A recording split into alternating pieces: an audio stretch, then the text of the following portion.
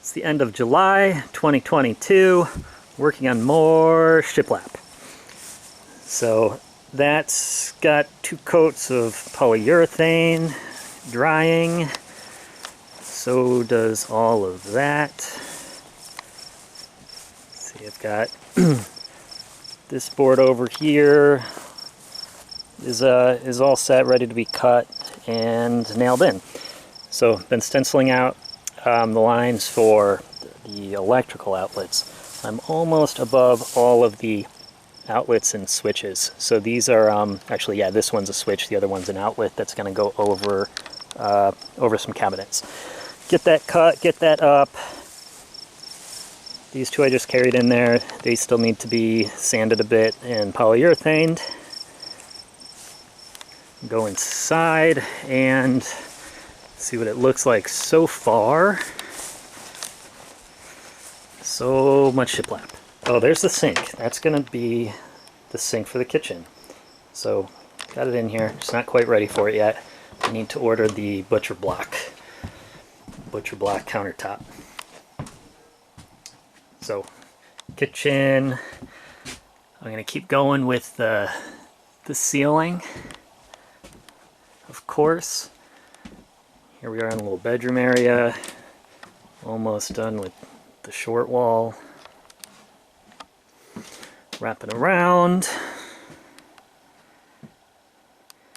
I have enough wood for, well, I have enough wood for about 4 more rows if I were to stick to the walls, but I'm going to do some of the ceiling, so we'll see how far I get. So to cut through these, since I don't know of a saw that can make right angle turns, first I drill the corners with, I've got a 1/2 inch drill bit. Anything that's bigger than the width of my jigsaw blade will do. So drill the holes, and then I can get the jigsaw in there and go straight that way, or that way. Makes it easy. That way I won't screw things up. Right, holes drilled. Now I can come through with the jigsaw. Do that there, do that down there.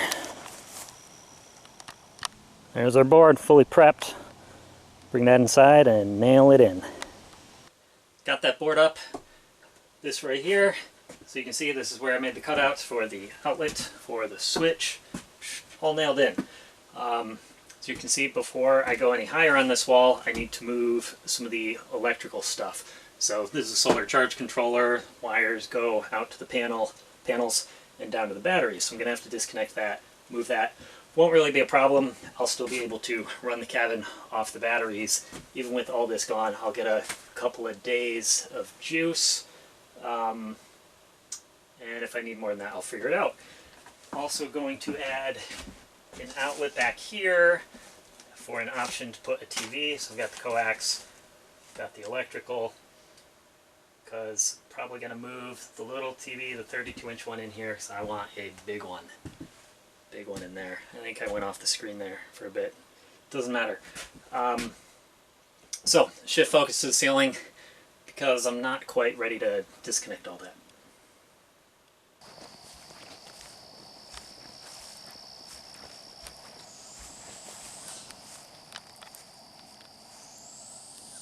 Hear that? That screeching sound? That's an owl. It's super annoying. It's 10:15 at night.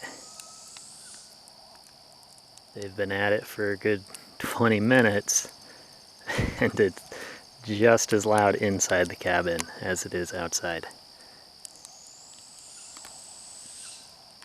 Yeah, one over there. Obviously you can't see it. One on the other side towards the cabin.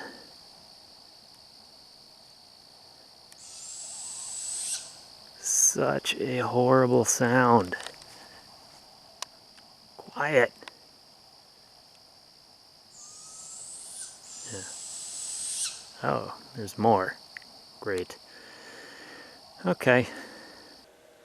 Good news. I survived the night with those owls. Those horrible, horrible sounding creatures.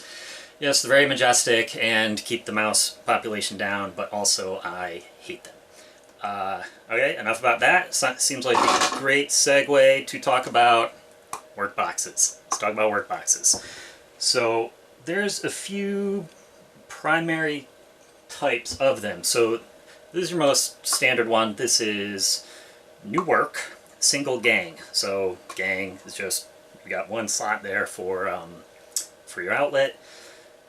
New work, there's new work and old work. So new work is basically you're building a new wall, a new project. So you can get in there and hammer in the nails. Boom, boom. If this was old work, so there's the new work, there's the old work, one gang. You're generally cutting a hole in your existing wall, be it drywall, shiplap, what have you.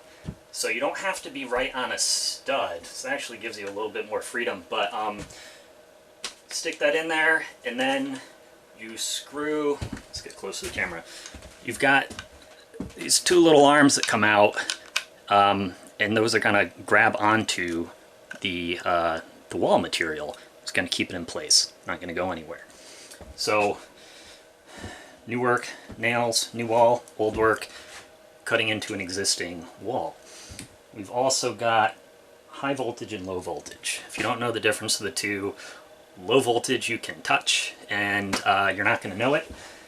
High voltage is your basic 12-2 or 14-2 wire. So this is high voltage. This is a high voltage box. That would go to, or it's going to go to an outlet just like over there.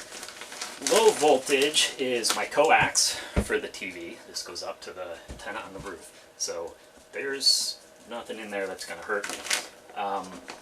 Other examples of low voltage would be if you have like Ethernet wire or speaker wire. Those you're not going to get zapped from. So okay, this is a low voltage old work. Two gang. Generally your low voltage is going to be orange at the hardware store, and there's not much to it because low voltage it's not going to spark and start a fire or anything. It doesn't really matter what it's touching. So got less material, you don't really have to enclose it. And then again, to contrast the high voltage, got everything enclosed in there. What I'm putting here is kind of oddly enough, I'm actually doing an old work box, even though this is new work, so keep up, don't get confused. I bought, so here's a new work box, old work box. The new work is deeper, and I'm going to save every square inch or cubic inch that I can for insulation.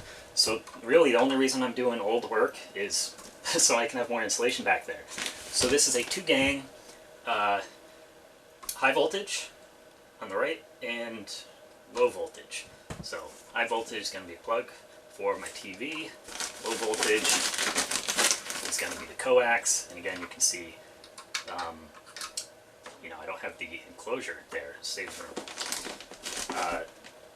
There'd be no harm really in doing a two gang high voltage. You can always use a high voltage box for a low voltage application. It's just unnecessary, and as I mentioned, I want that space for insulation.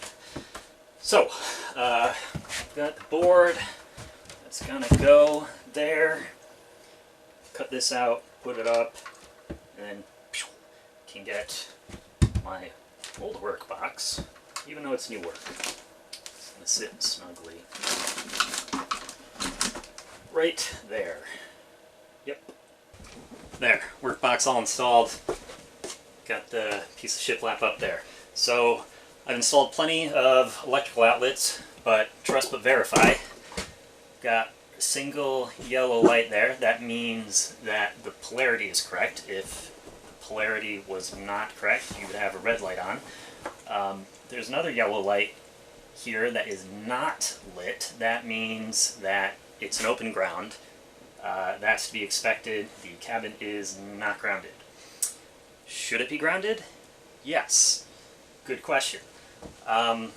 It should be grounded. It's on my list. I'll get to it someday. In the meantime, I advise against touching any of the hot wires because the cabin's going to ground through you. Not going to kill you, but it won't be fun for a couple seconds. So, that's good. That's what I'm going to get done for now. So, I'll just take a shot of the shiplap that I got up and call it a day. Getting closer and closer. I got a few more rows of shiplap up on the ceiling. Got that light in there and that light. Finished this wall back here. Take it around to what we just saw. So, a bit more work, but certainly beyond halfway done. And I moved the electrical components up out of my way so I can get more shiplap up there. That's pretty much where the where that stuff's gonna go, but it'll be in a cabinet. So that'll do it for now.